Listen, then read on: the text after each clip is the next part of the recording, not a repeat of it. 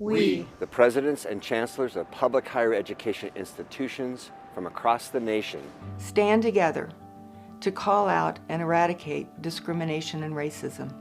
We stand together as leaders of vastly different universities, some large and in the heart of densely populated urban areas, others small and in the isolation of America's farmland. Some historically Black colleges and universities, others Hispanic and Native American serving institutions. Some incredibly diverse and multicultural, and others more racially and ethnically homogenous. We stand together, intending to leverage the full weight of our positions and power to root out anti-Black policies and procedures. We stand together to provide equitable pathways to higher education in which diversity and inclusion is not only celebrated, but integral to the success of every student in every discipline. We stand together, declining the antiquated calls to lead institutions that are merely not racist. Instead, we aim to be anti-racist and enhance our support of underrepresented faculty, staff, and students. For those of us born with privilege, we stand together to correct the inequities that benefit us at the expense of others. We stand together for those who have been mistreated, falsely imprisoned, or have died at the hands or under the gavel of injustice. We stand together with all of you, the more than 100,000 students we collectively represent. For you are our future. And as we unite at this historic confluence of promise and hope, we vow to listen to, learn from, and collaborate with you to eradicate the injustice that is wrapped in our nation's history and too often perpetuated today. We stand together in recognition of the unique gifts each of our respective institutions bring to this work. Some have bold ideas and radical abilities. Others are more subtle and measured in their approach. But all are bound by their unrestrained mission of building a world of love and acceptance through education. And finally, we stand together to ensure our students, faculty, and staff understand that they are not only invited, but expected to join us in this commitment. Only then can we stir the good trouble until it is no longer seen as trouble, only good. Only then can we turn ripples of hope into tides of change. Only then can we reach our dream of a beloved community. Only then will we truly be one. By coming together, by working together, by standing together. We stand together.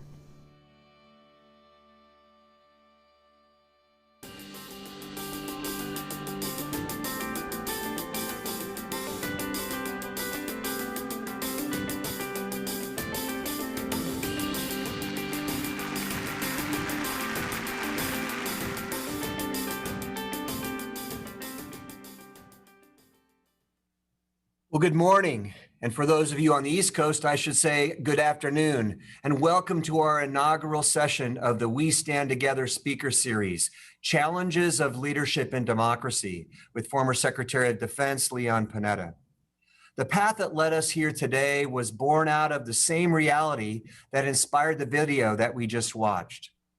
A reality that few, if any, institution of higher education in this nation can lay claim to a campus climate in which all faculty, staff, and students are free from the pain of marginalization, the sting of unacknowledged privilege, or the injustice of institutionalized racism. For decades, we at Cal State Fullerton have been working to eradicate those systemic issues from our campus. But when you stop to consider that we as a nation are up against 400 years of oppression, bias, and hate, intentionally woven into everything from our institutional policies and policing to our healthcare and education systems, a few decades of work is, well, a mere drop in the bucket. And we and everyone else in this nation not only have a long way to go, we have the responsibility to see that this crossroads for what it is, a call to action, a call to stand taller, speak louder, be better, and do more. That is because we are far past the time when inaction merely reveals a betrayal of principle. In this time and place, inaction also portends complicity and acquiescence, if not quiet permission. For if we do not hear the cries of our Black and brown students, faculty, and staff, if we do not listen to and empathize with their daily lived experiences, if we do not stand taller and speak louder, march further, kneel longer, and work harder to be better for people of color, then we will surely perish ourselves as a people and as a nation. For as of today, the ties that bind us are fraying. The bonds that quilt us together as a people are at their rigid limits. And while I believe that we at Cal State Fullerton can and will be the catalyst for change that we all need and seek at this time, this critical intersection of hope and despair, I also know that we need allies, we need partners, we need support. And that is why I'm so proud of the tremendous cohort of university presidents and chancellors who have come together to form the We Stand Together Diversity, Equity, and Inclusion Framework. I want to thank and recognize all of those presidents and chancellors, especially Ron Rashan, president of the University of Southern Indiana, and Nora Miller, president of Mississippi University for Women, who will facilitate the Q&A after Secretary Panetta's keynote. As a cohort of educators, we also recognize that it is essential for other national leaders to stand with us, which is what was the impetus for our We Stand Together speaker series. Our goal was simple: find national leaders who are so authentic, so respected, and so courageous that their message of hope and justice cuts through all the partisan, divisive, and hateful rhetoric spewing across our country. Leaders who seek to unite rather than divide. Leaders with the courage to not just whisper for change in the shaded corners, but demand it from the tallest mountains. Leaders who will put country before party. In short, leaders like Leon Panetta. I'm not sure any of you have ever had the humbling honor to introduce one of your personal heroes, but let me tell you, it is a daunting task. So I researched how others have done it. Prior to calling upon Secretary Panetta to lead the CIA, President Obama called Leon one of the finest public servants we have ever had, who brings extraordinary management skills, great political savvy, and an impeccable record of integrity. Then, to quote journalist Scott Pelley in introducing Secretary Panetta on 60 Minutes back in 2012, no one would have picked a 73-year-old affable former congressman as the one to track down Osama bin Laden. But Leon Panetta has held the toughest jobs in Washington and quietly done what seems impossible. Before bin Laden, Panetta helped balance the federal budget. In a long career, he has been budget director, White House chief of staff. But in 1997, he left Washington and went home to California, which incidentally is where he and his wife, Sylvia, founded the Panetta Institute to serve the students of Cal State Fullerton and the entire CSU system and the country. With the Panetta Institute providing high-impact educational practices in government, politics, and public policy, Leon got an odd request from then President Barack Obama. Would he lead the CIA? Now, other than serving as an Army intelligence officer 30 years prior, Secretary Panetta had never worked in intelligence, but he did what he has always done. He answered the call to serve. He became the director of CIA, and a few years later, put that Navy SEAL team in bin Laden's bedroom. The next call was to serve also came from President Obama, who nominated Secretary Panetta as Secretary of Defense. And in a testament to his reputation for serving not just blue states or red states, but the United States, Secretary Panetta was confirmed by the Senate in a unanimous 100-0 vote. His confirmation immediately put Secretary Panetta in charge of managing 3 million employees, 3 wars, preventing Iran from building an atomic bomb, and we think our university presidents thought we had a hard job. While juggling all of that, Secretary Panetta infused the tenets of diversity, equity, and inclusion into his work, perhaps most notably as a champion for LGBTQ rights in the military. But enough of the stuff you can read in his bio or in his best-selling memoir, Worthy Fights, which I highly recommend as an engaging and enduring read. What can I tell you about Secretary Panetta after having the honor of knowing him personally over the years? I can tell you he is one of the wisest people I have ever met.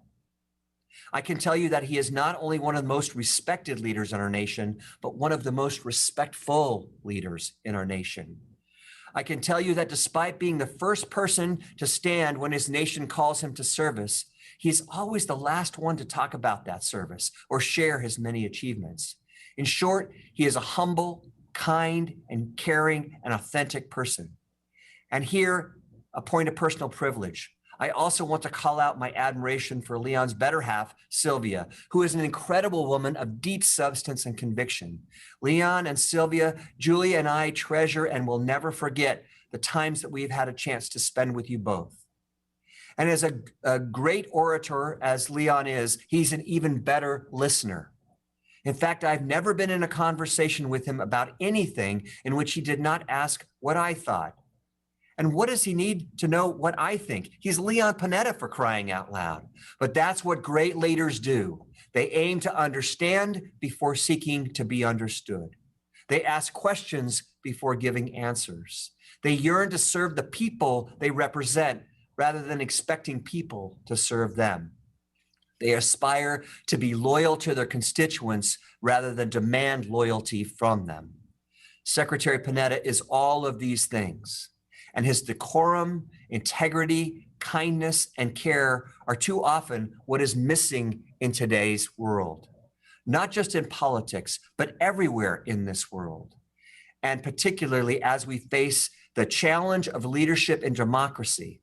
And that is the title of his talk today. So without further delay, and on behalf of the faculty, staff, and students of Cal State Fullerton and all our sister universities in the We Stand Together cohort, I am deeply proud, deeply honored to introduce my friend and one of the personal heroes that I have in this world, Secretary Leon Panetta. Thank you, Leon. Thank you. Thank you very much, Fram, for that very kind introduction. I miss you a great deal, my friend.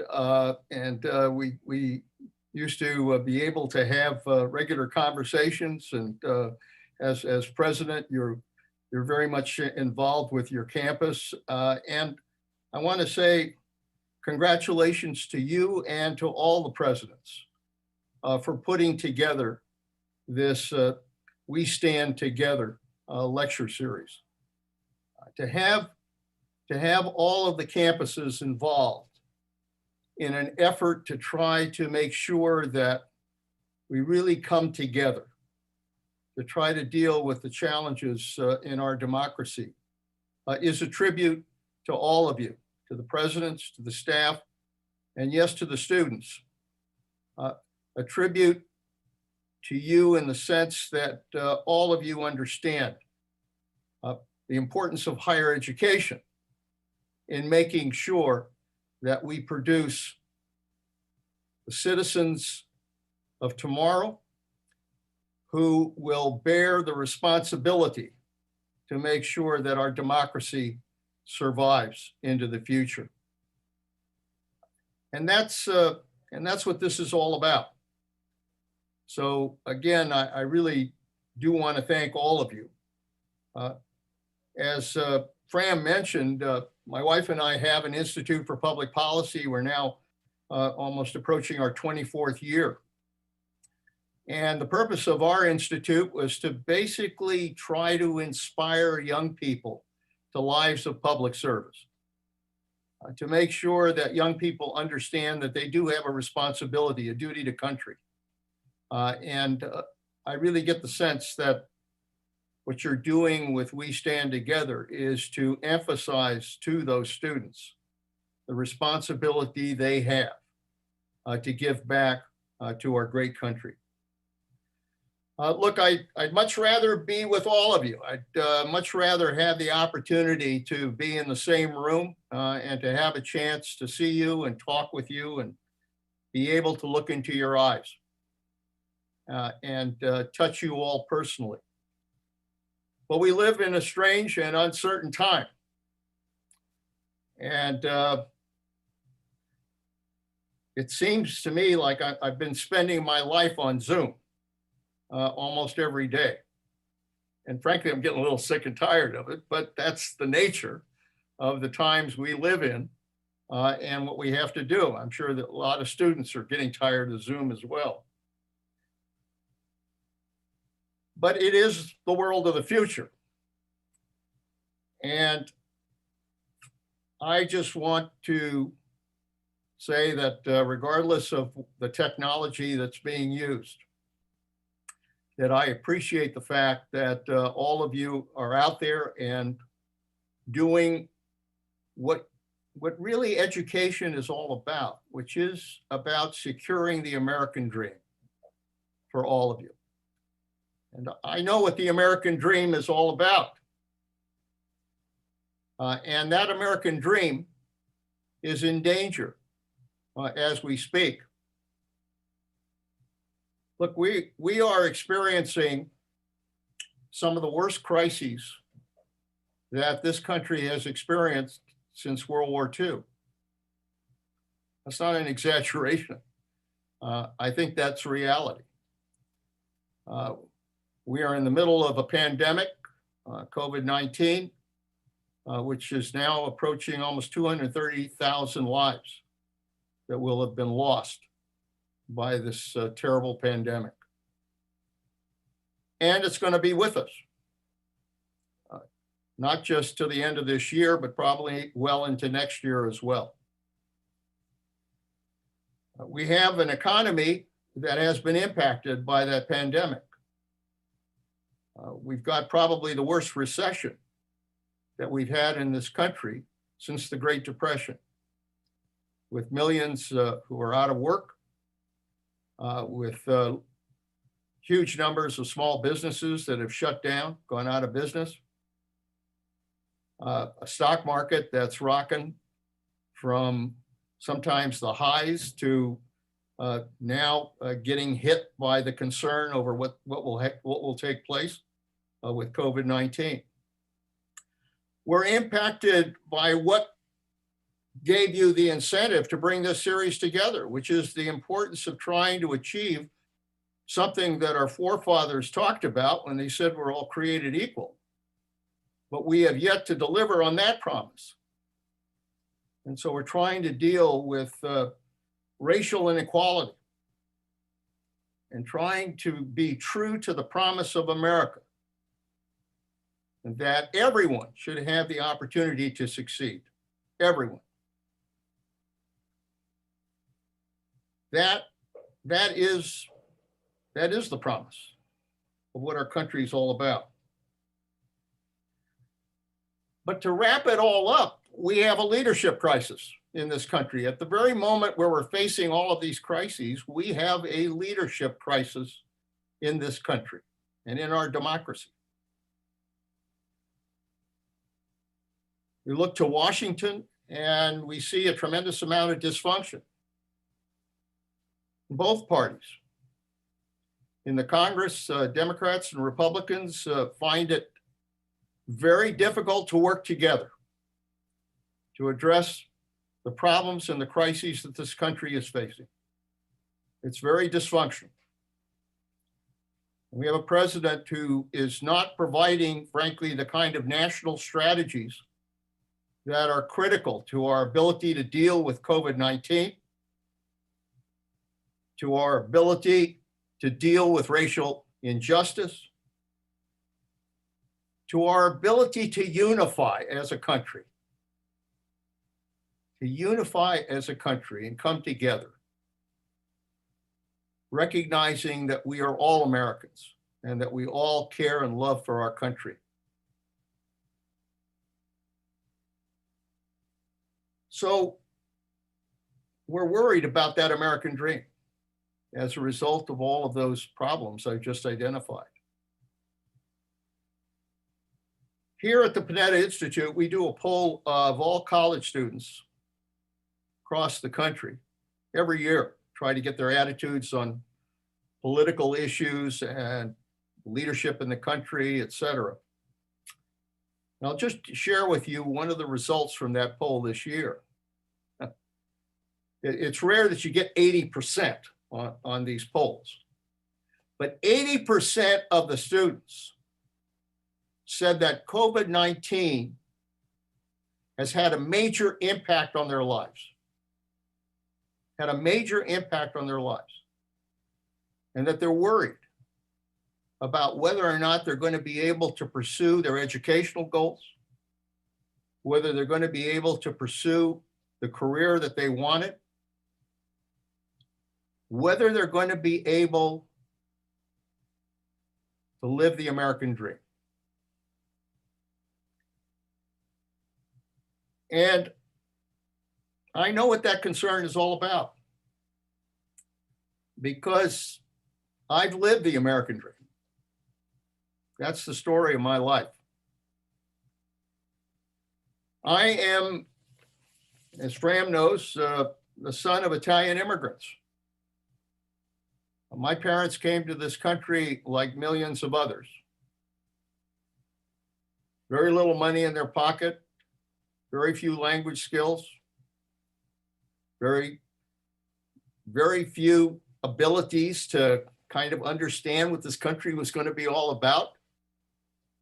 But they came here like millions of others. My father was the 13th in his family. And he had several brothers who came over to America ahead of him. And one brother settled in Sheridan, Wyoming, working, I think, pretty much in the mines there. And another brother settled in California, in the gold country here in California. So when my parents came, the tradition was you visit your older brother first, and they did that. My mother and father went and visited my uncle Bruno in Sheridan, Wyoming. They spent one winter in Sheridan, Wyoming, and my mother said, it's time to visit your other brother in California, which they did, and managed to wind up where I'm at right now, which is on the Monterey Peninsula. My dad opened a restaurant during the war years. Monterey, for those of you that are not familiar with this town, was kind of a jumping town during the war.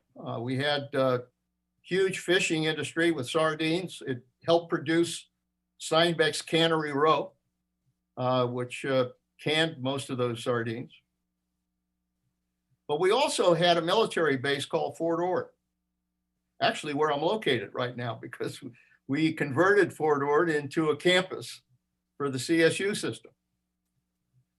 Well, Fort Ord was a training post, and it trained all of those who were coming here to be trained for the battlefields of World War II.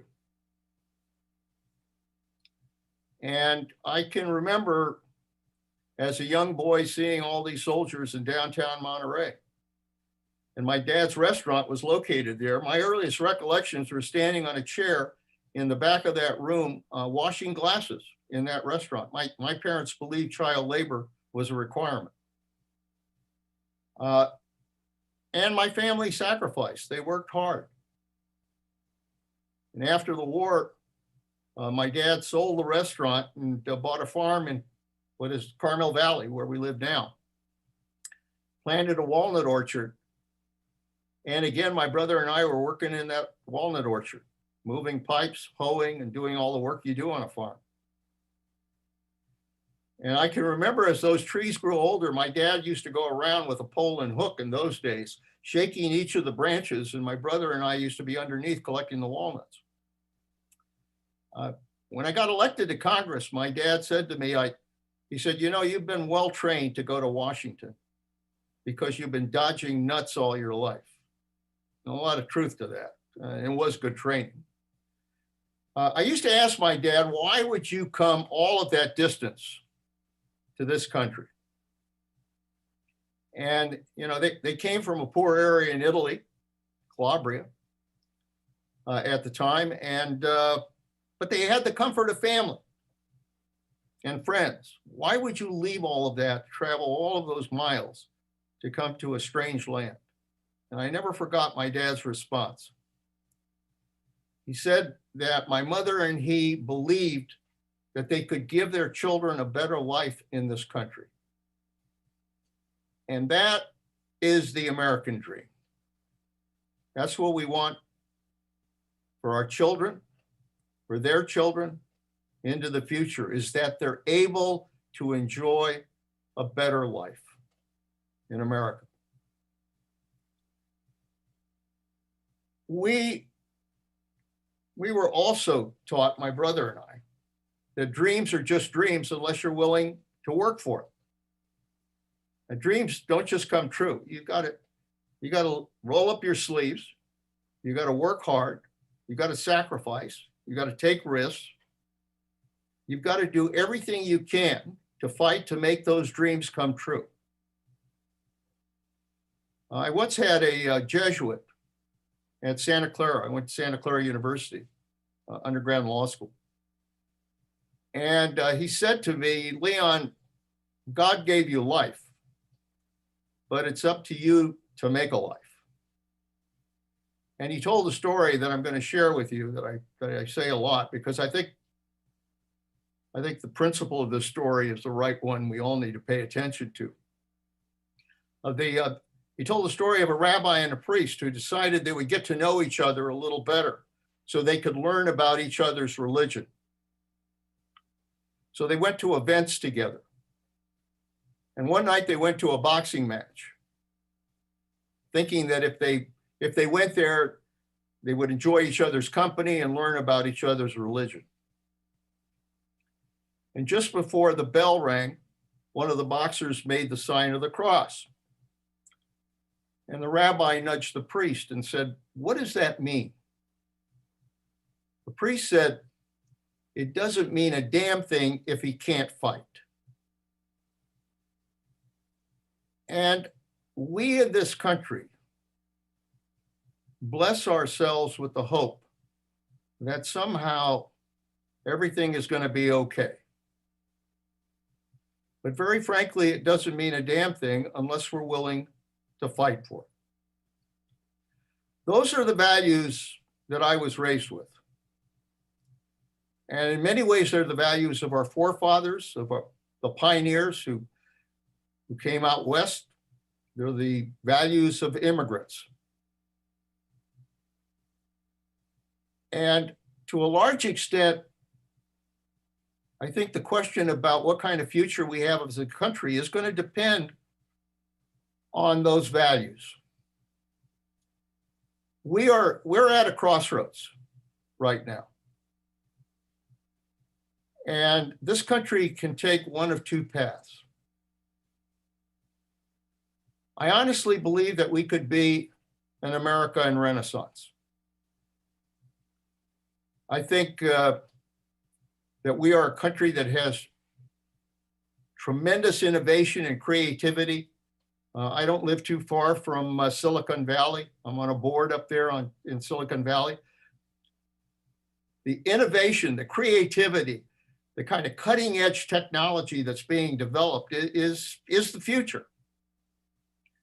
And I think we can provide the kind of education to young people that gives them the skills to deal with that future. I'm not one that believes that somehow, we aren't going to have those opportunities because of technology. I believe technology is going to give us even greater opportunities in terms of skills and the ability to really grow as a society and as an economy. I think we could be a country in which Democrats and Republicans learn to work together to govern our country, to deal with the problems we face. I believe we can be a country that can provide world leadership in a very dangerous world. I think we have a responsibility to be a world leader. reflecting our values and what we are all about as we deal with our allies. I think we could be that kind of America. But I also think the other path could happen as well, which is an America in decline. If we are a country that is divided by our fears, our prejudices, our anger, if we're a country that continues to be polarized, divided, unable to talk with one another, if we're a country that finds that because of those divisions, we cannot govern and deal with the problems facing our society, then mark my words, we will go the way of past empires. Anybody who's looked at the history of past empires, what happens is they become complacent. There are a few statesmen to guide those countries. They become immersed in the false premise that somehow they're going to survive no matter what happens. But ultimately, they come to an end. What will decide what path we take? Leadership. The quality of leadership that we have will determine what path we take. I tell the students here at the Panetta Institute that in a democracy, we govern either by leadership or by crisis. If leadership is there, if the people we elect really exercise strong leadership, and mark my words, it's leadership that requires taking risks.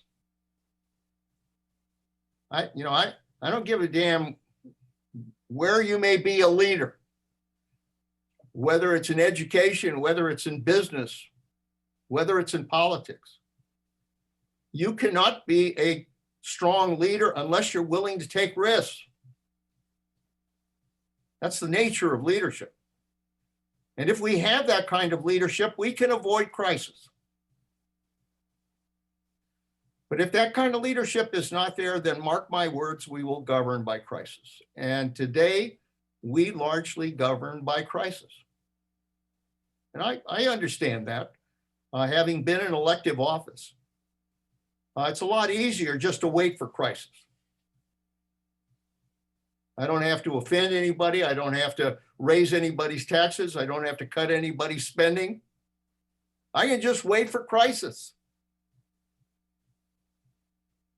You can govern that way. And what happens today is crisis suddenly becomes overwhelming.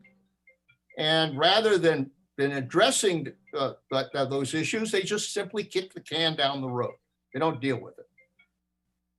The problem is you can govern that way. But if you do, I'm going to turn off my cell phone, which is ringing here. If you govern that way, there's a price to be paid. And the price is that you lose the trust of the American people in our system of government. And to a large extent, we've lost that trust. We've lost that trust.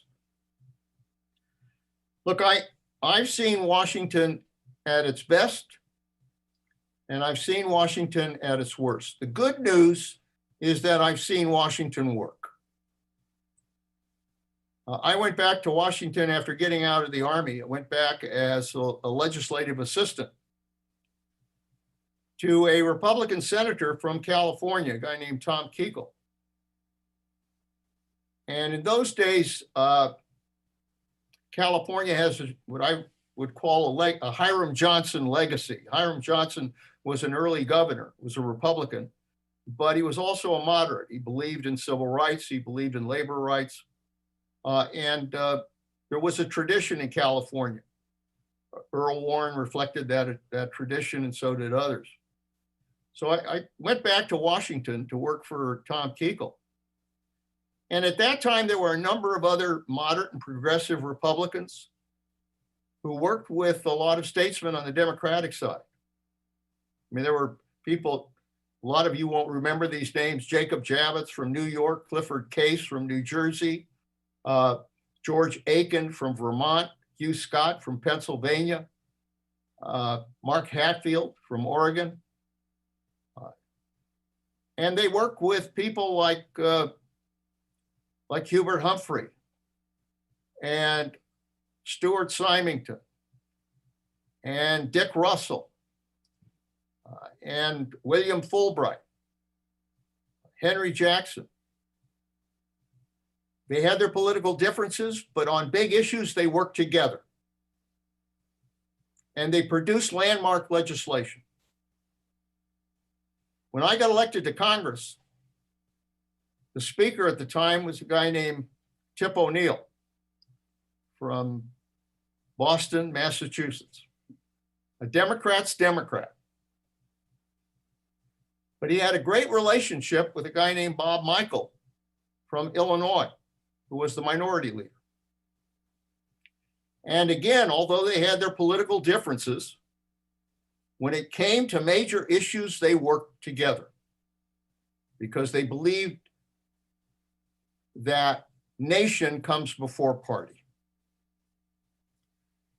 I can remember whether it was a Democratic president or a Republican president, they worked together. During the Reagan administration, we worked together, Democrats and Republicans, and passed, I mean, listen to this list. We passed immigration reform. We passed tax reform. We passed Social Security reform. Imagine, third rail of politics. We passed Social Security reform. We passed budgets. We worked together on treaties that the president had pulled together. Democrats and Republicans. And we achieved some very important landmark legislation on behalf of the American people. That's the way it's supposed to work. I've also seen Washington at its worst. I mean, over the last 20 years, very frankly, as I pointed out, you've had Democrats and Republicans further divided, further polarized, and unable as a consequence to deal with major issues. I mean, we know what the problems are. We know what has to be addressed. But for some reason, they cannot come together. They're not willing to sit down and to trust one another, to listen to one another, and to find consensus. And so, COVID-19, we needed desperately in this country another aid package to try to help the millions who are unemployed, to help healthcare workers with this tremendous increase in what's happening across this country. But for whatever reason, they could not come together. And so they walked away. They're all gone from Washington at a time when they should have stayed and done the business of the nation. They can't pass immigration reform. Everybody recognizes that the immigration system is broken in this country. We all do. And the answer is comprehensive immigration reform. But again, for whatever reason, they cannot come together on immigration reform. Infrastructure funding for highways and bridges that are falling apart in this country. There isn't a Democrat or Republican I've talked to that doesn't agree that infrastructure has to be funded. Even the President of the United States has said infrastructure is a major goal. Nothing happens. Nothing happens. So add to that healthcare reform, again, something that's critical for all Americans. And regardless of the different views on healthcare, why can they not come together and agree on healthcare reform? Critical to the country, critical to the country. So what we're having is basically failed leadership on these very important domestic issues. And I have to share with you that we also have failed leadership when it comes to the problems in the world. We're living in a very dangerous world. We live in a very dangerous world. And this is no time for the United States to withdraw from that leadership role. We cannot, hide in an America first, isolationist kind of America. If you think you can escape the problems of the world, you are wrong. We tried to do that, by the way, in the early 30s. And in the early 1930s, there was a real push for the United States to be isolationist, to get away from the rest of the world. We can protect ourselves no matter what. But we recognized that fascism was not just a threat to Europe, it was a threat to the United States. And the same thing's true today. We're dealing with a very dangerous world. We're dealing with the threat of terrorism. Even though we've made progress against terrorists, the fact is they continue to organize, they continue to be resilient, and they continue to want to attack our country. We're dealing with failed states in the Middle East that are breeding grounds for terrorists in the future. We're dealing with an Iran that is continuing to enrich nuclear fuel and march towards a nuclear weapon. They are already a tremendously destabilizing force in the Middle East.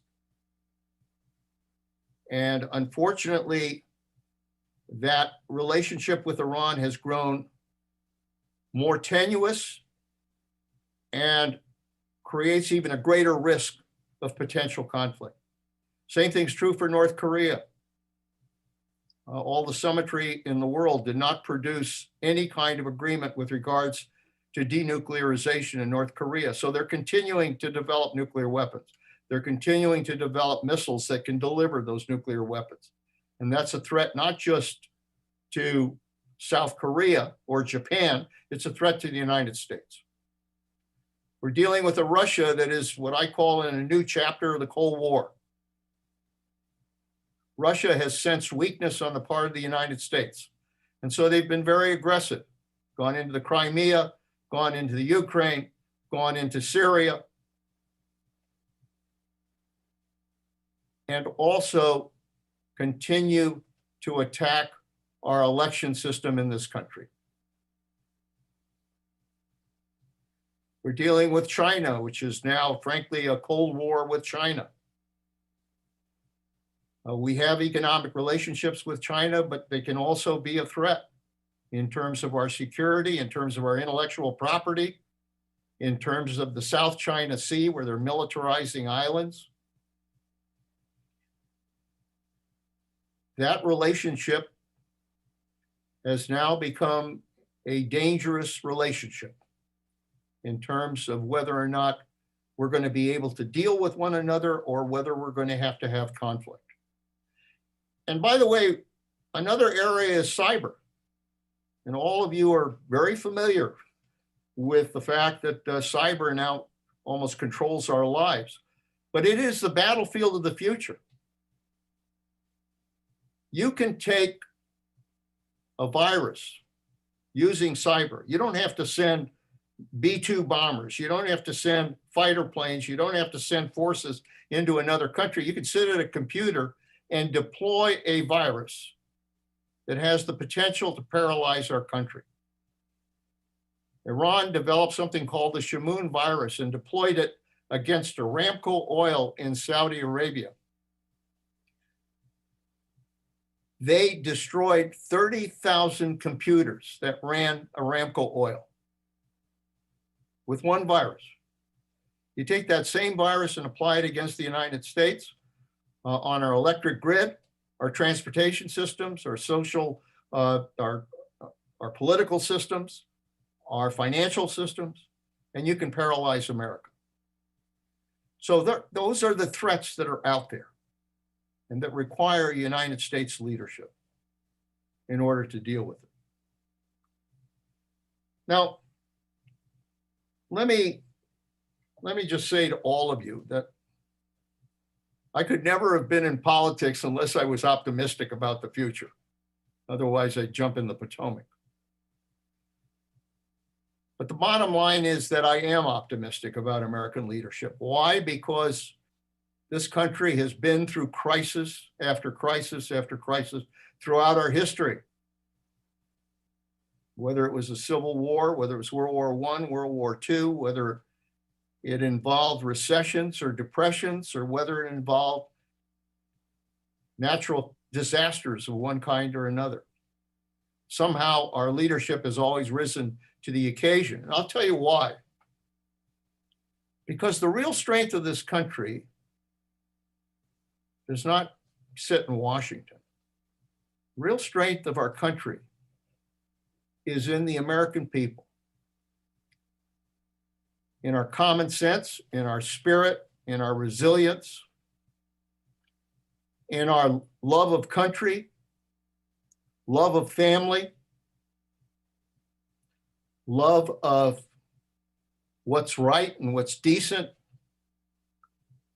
That's the America that I think represents the real strength of the United States. And I, as Secretary of Defense, I've seen those values.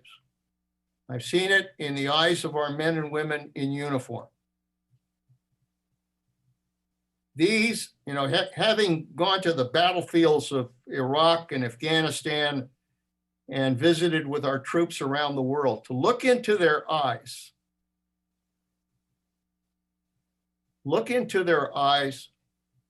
and realize that they are willing to fight and die for the United States of America. To have that inner courage, to know that they are willing to die for all of us,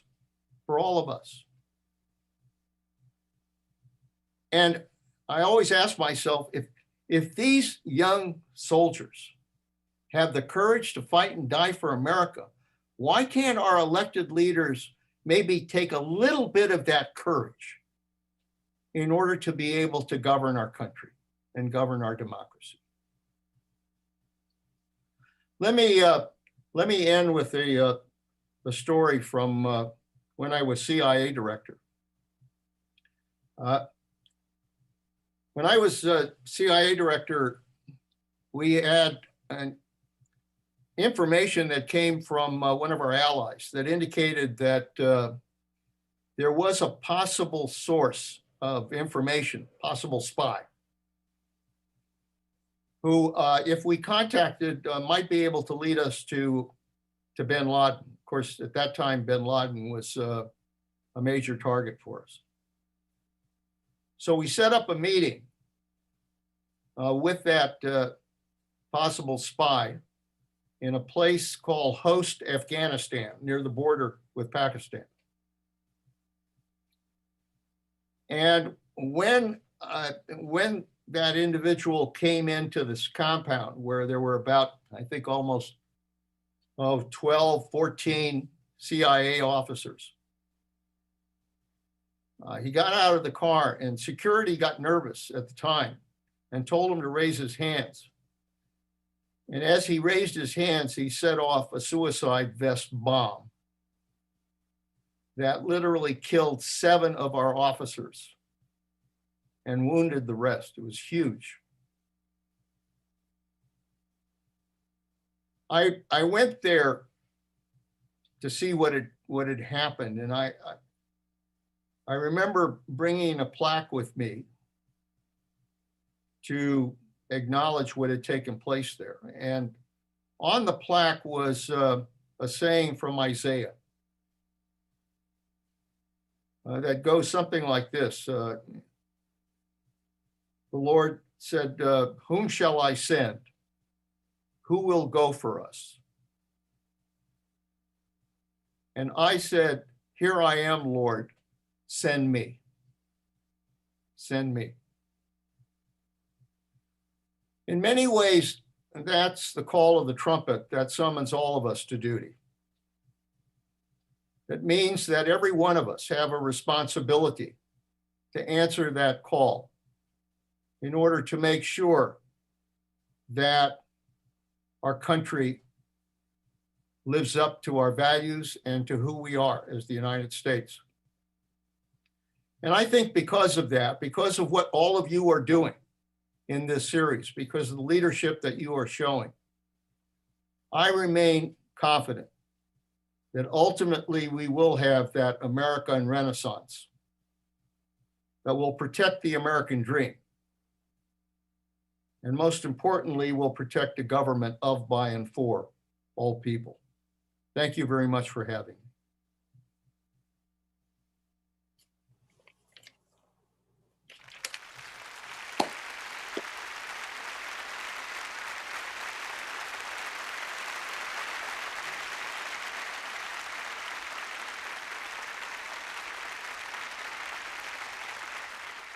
Wow, Mr. Secretary, thank you so very much, sir. This truly has been an honor for myself and for my colleagues to host you today and to have you to be our inaugural speaker.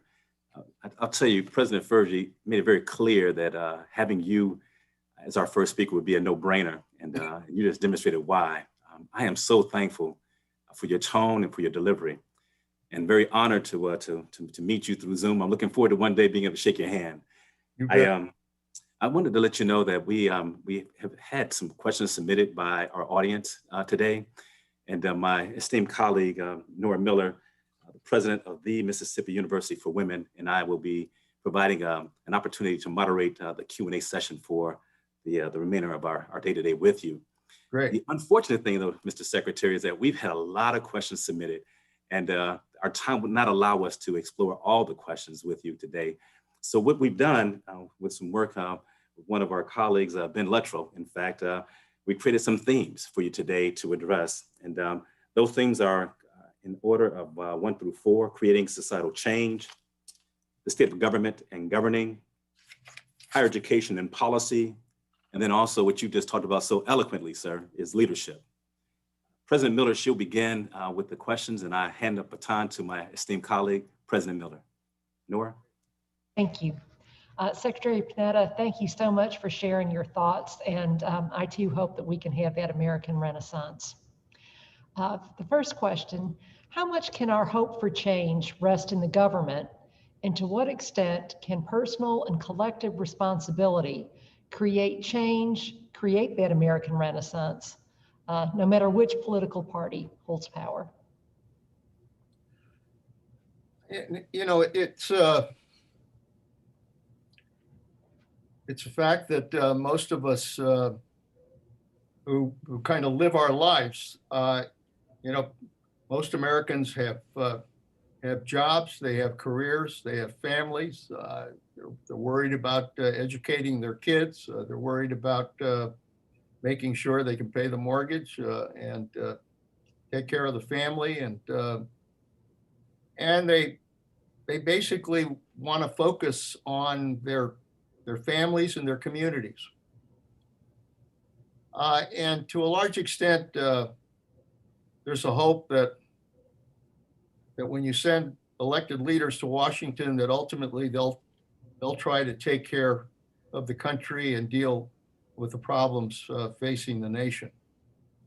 And I think we all understand that. I mean, that's natural. But I think what we've learned over these last number of years, and as I said, I think because of, there's a lot of reasons for this, what's happened in Washington. There's no silver bullet here. Part of it is tremendous amount of money in politics that is raised from special interests who don't particularly want Washington to do a lot. A lot of it is redistricting in which you create safe Democratic seats and safe Republican seats. And so the problem is that members are moving to the extremes because they're worried about competition either from their right or from their left. And so you're losing that center of politics, that is where you have to be in order to find consensus, in order to find solutions. Media doesn't help. Media is very divisive these days. You've got media that focuses on sound bites and conflict rather than kind of reporting sometimes the good things that are trying to take place. And so media feeds into that. And also they're just, as a result of all of that, everybody kind of looks to their political base in order to survive in politics. And so even the leadership doesn't want to anger the political base. And the reality is, if you're going to solve problems, you really have to be willing to work together and take those risks that I talked about. Mm-hmm. So the answer to your question is that if Washington is dysfunctional, then I don't think the American people can afford to simply sit back and say, well, to hell with it. I think we have a responsibility to roll up our sleeves. And number one, obviously, is the greatest check in our democratic system. And I know we have a system of checks and balances, and all of those checks and balances are being tested these days. But the biggest check and balance we have on our democracy is the right to vote and the right to participate in our democracy. That's where our forefathers placed the ultimate power in our democracy, and we the people. And I think, number one, we have a responsibility to exercise that vote and to make sure we vote for people that we think will, in fact, govern. Number one. Number two, I really do think that a lot of the good things happening in America today are not happening in Washington, obviously. They're happening in communities around this country where people are generally less partisan about the problems that they're facing in their communities and really do try to work together. I think de Tocqueville was right when de Tocqueville said that in this great country, one of the things he's seen is something he did not see in Europe, which is that Americans have a sense of community, a sense of caring for one another. And that's true. And I really think that the best things are happening sometimes in communities and states where people are working to try to deal with some of these issues. So I think it's really important for the American people not to simply allow the dysfunction in Washington to determine the future of our country. We determine that. And that's why it's really important for all of us to realize we have a duty to exercise that comes with being a citizen of America. Thank you. That answers several of the questions that we had about creating societal change. What concrete steps can regular Americans take to help our country recover its credibility with ally nations in the global community? I think that's extremely important to our ability to protect our national security. I cannot imagine our ability to deal with as many danger points as I pointed out and not be able to build alliances with other countries to help us provide that security. That is the key. That's the answer to our ability to deal with all of these challenges. I mean, and my concern right now is that there's this kind of sense that the United States, we shouldn't waste our time with that. Let's just kind of withdraw from the rest of the world and just deal with the problems here at home. Well, that's a nice thought, but that's not the world we live in. We do live in a global world. We do live in a world in which the problems of North Korea or problems of the Middle East or problems of Asia are going to impact on our lives. That's a reality. So if you don't want the United States to be a world policeman, and I don't think that ought to be the role the United States plays, but I think the United States does have a responsibility to be a world leader in working with other countries to make sure we have the alliances necessary to work with us to develop the kind of security we need. I mean, look, the NATO alliance is one of the finest examples of countries coming together. This is following World War II. It's Harry Truman, it's Marshall, it's others who kind of pulled together the NATO alliance, North Atlantic Treaty Organization. And that organization pulled together all of these countries, including the United States, to make sure that the Soviet Union would not be able to expand its influence. And it worked. It worked. It's what helped bring down the wall, the Berlin Wall, and what ultimately brought down the Soviet Union. The ability of that alliance to continue to work together. And of course, you know, there are going to be issues with allies, just like there are issues with friends who are part of any agreement. But you work together. You have a common goal to provide security. So my view is, let us make clear to our NATO allies that the United States is going to be a partner. We've lost a lot of credibility with our allies. I think we need to restore that credibility.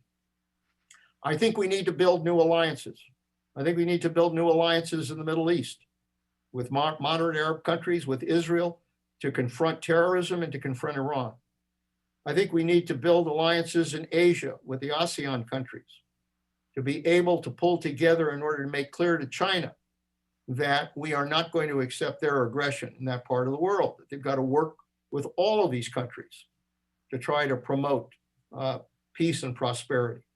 I think we ought to be setting up alliances, frankly, with our Central and Latin American friends to be able to ensure that this hemisphere sticks together when it comes to threats from abroad. And I think we need to do that in Africa. So I am a believer that the key to the future is building new alliances, that the United States can be a partner with others in dealing with these challenges that we're going to have to confront in the future. Thank you. And I will hand this off to my colleague, President Rochon, to handle the next theme that we have. Thank you, President Miller. Mr. Secretary, when you began your talk, you began to share a story with us about your family and about being an immigrant from Italy.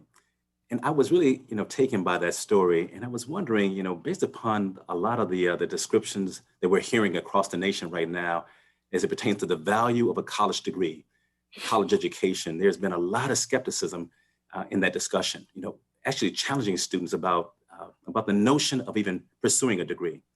I'm just wondering if you wouldn't mind sharing with us some advice for our freshman class, those that would be leaving the universities in 2024. What would you advise them to do with regard to them preparing to really exercise their civic duty in serving the United States and beyond? First of all, I would encourage them to get a good education. I mean, I think the heart and soul of America's strength is in providing an education for our children so that A, they understand what our democracy is all about, but secondly, also develop the tools they need in order to be able to achieve their dreams, in order to be able to achieve that American dream. You can't do it without a good education. You can't. People, look, not everybody needs to graduate from college. I understand that. There are other skills you can develop. But let me tell you, getting a good education is critical. And I have to share with you that, frankly, in dealing with the students that we deal with here at the Panetta Institute, I'm finding gaps here. I'm finding gaps with regards to whether or not these students really understand what our democracy is all about. I mean, when I went to school, I had to study the Constitution. I had to study U.S. history. I had to study, how government works. What I'm finding is I have to explain to students how the hell you make a law. They don't get it. Hey, it's not just students. I've been asked to go back to Congress to talk to members of Congress about what the hell regular order is all about. They asked, what is regular order? I said, well, let me explain the way it worked when I was there. You introduce a bill, the bill goes to a committee, goes to a subcommittee, they have hearings, they do amendments, goes to the full committee, they have hearings and amendments, goes to the floor. That's the way democracy is supposed to work. And a lot of them don't understand that. And frankly, Congress now doesn't normally, when it comes to big issues, they don't go to the committees anymore. Those decisions are made at another level. And I guess I understand the practicality of that, but we're going to lose a lot. You're going to lose the ability of members who are elected to participate in the legislative process. So we need to teach our young people how the system's supposed to work and the role that they can play in making sure that our democracy functions. And I really believe that, through a good education, through understanding what our democracy and our system of government, the way it's supposed to work, that ultimately that's the key to all of us really participating in our system. And ultimately, the key to our democracy is whether or not there are people in these communities across America that are playing a role in governing themselves. Because that's, I'm often asked by people, when it comes to an issue, how do we deal with this issue? I'll tell you how you deal with the issue. You go to your representative, sit in his or her office and make very clear to them how important this issue is. And if they don't do something about this issue, that you will organize an effort to vote them out of office. You want to wake people up? Just do that. Do that. And we can do that in a democracy. And, the great hope, I have to tell you, the great hope I have for this country is that ultimately that great common sense of the American people prevails through the voting process. We've corrected the direction of this ship several times by this country voting. And I believe that can work again. Thank you, sir. I apologize. I was so excited about, this exchange with you that I forgot to introduce myself. I introduced Nora Miller, but I serve as president at the University of Southern Indiana. And I am so proud, to be in this position and blessed to serve these young people on our campus and also our non-traditional students as well. Mr. Secretary, as I listen to you speak, I got to tell you, I'm wondering, if we can fold that from Washington, D.C. To university campuses with regard to this discussion. We as university presidents are responsible for recognizing the value and voice of all students. And one of the things that we struggle with quite often is this notion of one's ability to have a right to speak and what they're speaking about. And so I just wonder if you can give us some advice as presidents on how to provide platform and freedom and authority and independence and autonomy for students, but also recognize the importance of civility. How do we teach our students about the importance of these particular tenets that you've spoken about today, sir? Yeah, that's a very good point. And it's critical to the ability of our system to function. I often, think back to, again, our forefathers and their ability to sit down and to, if you read about the Constitutional Convention, if you read about the early years, there was they all had their differences. They had different beliefs about what this country should look like. But they had great respect for one another. And the ability to have a dialogue and the ability to listen. And then ultimately the ability to find consensus. And the fundamental key to that is a sense of trust. That you can speak your mind to others and not have them put a knife in your back, not have them, scream at you, but have them basically then respond to what you just said. In that sense of trust, that I can speak honestly about what I'm thinking. I'm often asked about what are the keys to good leadership. For me, there are several. Number one, obviously setting goals.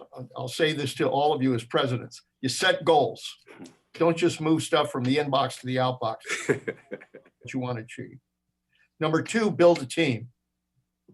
Make sure that you're building a strong team of people who share those goals and can work together. Thirdly, be honest with them.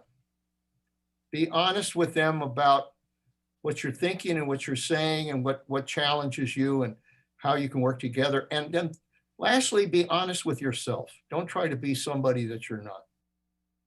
I think those are all important qualities. And I really do think that it's those kinds of qualities that we've got to restore again so that people understand that this is not about shouting and yelling at one another. It's not about thinking that the other person, just because they may have different thoughts about how you solve problems, that they're enemies.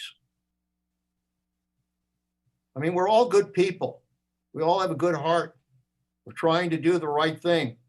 Some of us may, in ways not, be a little bit misled in terms of what we think is the right path. But that doesn't mean that we shouldn't have the opportunity to kind of say what we believe. And it's just like, this vote that's coming up on next Tuesday. Most important thing is for people to have patience. I don't know when this vote's going to come out, when we'll know it. But I do know one thing, it's going to take a while and we're going to have patience. Well, patience is not a bad quality to have, even when you're dealing with one another. Just, you have to be patient. I can remember in Congress, and these are the days when Congress worked. I mean, I had to deal with a few nuts. That's just the nature of, 435 people. You're going to get a few nuts who are elected. And you're going to get people that are honest, and you're going to get people who are dishonest. And you find ways to deal with those people, that there are ultimately qualities they have that you can appeal to, so that you can try to work together to reach some kind of consensus. And I think what needs to be stressed is that the purpose we live for is not simply to plant a flag and then say, that's it. The purpose we live for is to improve the lives of others. Improve the lives of others. And that doesn't always mean that we're going to get everything we want. But if we can move in short steps towards that goal, that's how democracy works. It's those short steps that move you on the right path towards solving problems. I mean, civil rights is such a great example of that. We started from slavery, for goodness sakes. And we've gradually, we fought a war over this issue. And we fought a war over whether or not we were going to truly move towards equality. And, you know, it was set back. And the civil rights movement moved us again. But they were all steps in the right direction. It wasn't everything everybody wanted, because you don't change attitudes that quickly. That's the unfortunate thing. You wish you could wave a wand and change basic attitudes, but it has to occur gradually. And we've done that. And we have to continue to do that. You know, being able to talk through with others those short steps you can take in the right direction and agreeing on that, that's the kind of thing that ultimately builds the unity that we absolutely have to get back to in this country. We can have our thoughts, we can have our different ideas, we can have our different feelings about how it works, but you cannot surrender the importance of unity, that we are all in this together. Yes. By God, we have to hold each other's hand in that effort. I can remember as an Army officer, this was during the draft, I was working with soldiers from across the country, different creeds, different beliefs, different views on all kinds of things. But by God, when it came to working together to achieve a mission, they worked together. And that should be the lesson we all learn, that in the end, we need to work together. Thank you, Mr. Secretary. You know, our time with you is just so incredibly engaging and exciting. We have, I think, a little bit left, maybe for 2 more questions, sir. So I'm going to pass it back to President Miller. I'll come back to me, and then we'll wrap this up, sir.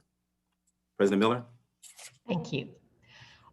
Secretary Panetta, international student tuition revenues reached over $40 billion in 2017, making it the United States' 5th largest export, college education.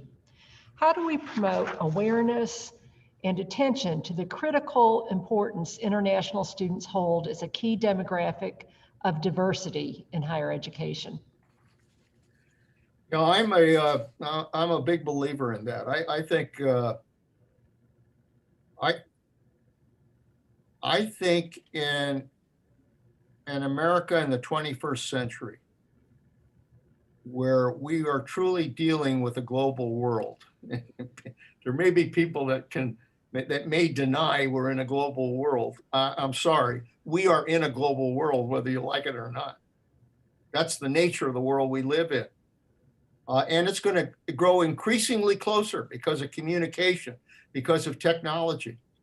And it's happening through social media, and it's happening in a number of ways. And the ability to understand that world is critical. I'm a big believer in foreign language training. And I think there's too little of it these days. So I think we really need to emphasize foreign language training. It's not only important to be able to speak a foreign language, it's understanding the country whose language you're learning, understanding their culture, what makes them tick, what they're about. Because, we are a diverse world.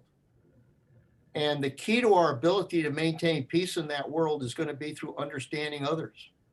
And how do you best do that? When you have somebody in a classroom who comes from another country, it almost forces you to try to understand what makes that person tick. And look, they do come from different cultures. They have different beliefs, different religions, different views on life. But they're human beings. They are human beings. And, one thing I've learned, and I've traveled a great deal as both CIA director and Secretary of Defense, and as a member of Congress. And I really enjoyed meeting foreign leaders.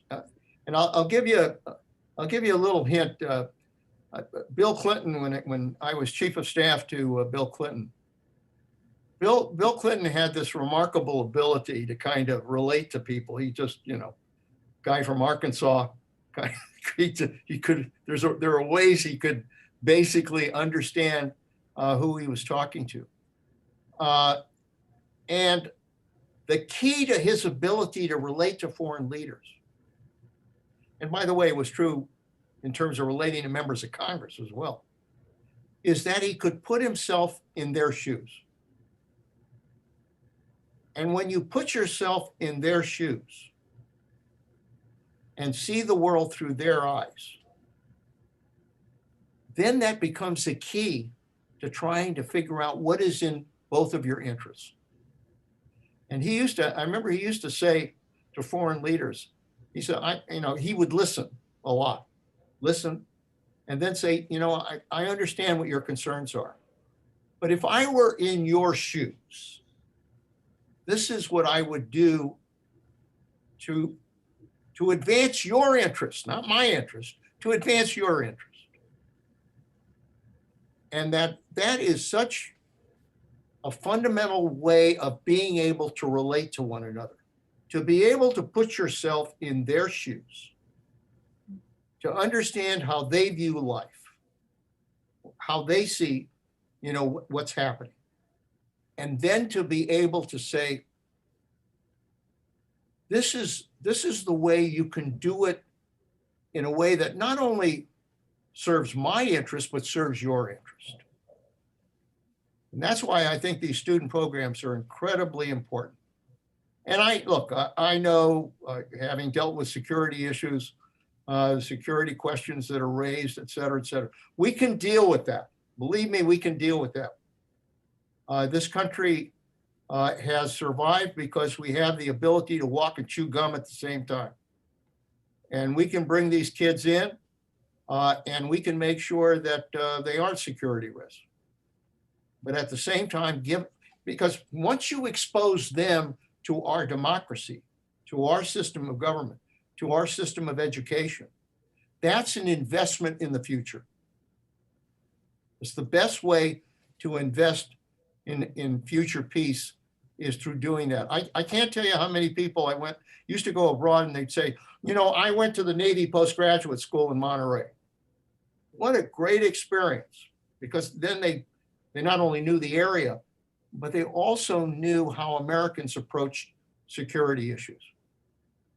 So I really recommend that we have to continue to do that, not be afraid of opening up those opportunities, because I'll tell you, you talk about dealing with the problems in the world. The best way we can deal with the problems in the world is through understanding one another.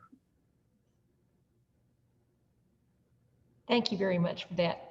And I will hand it back to President Roshan. I think we've got time for one short question. Yeah, yes. Yeah, thank you, President Miller. Yeah, Mr. Secretary, this will be our last question for the day.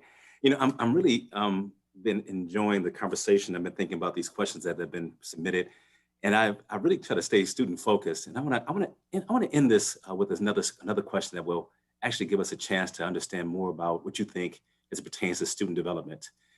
I was wondering, based upon what you described in Washington, D.C., as you described the divisiveness tone that we have right now as a country, why should students want to be leaders? You talked about crisis. What should they be doing to prepare themselves to take on that platform and to serve others? But why would they want to even do it based upon what we see right now? How would you encourage them to do so, sir? Well, I understand their concerns. It's not pleasant. I mean, somebody asked me, I often say when people ask me where I'm at, I'm in Monterey. I'm glad to be 3,000 miles from Washington, because if I were there, I'd probably jump in the Potomac.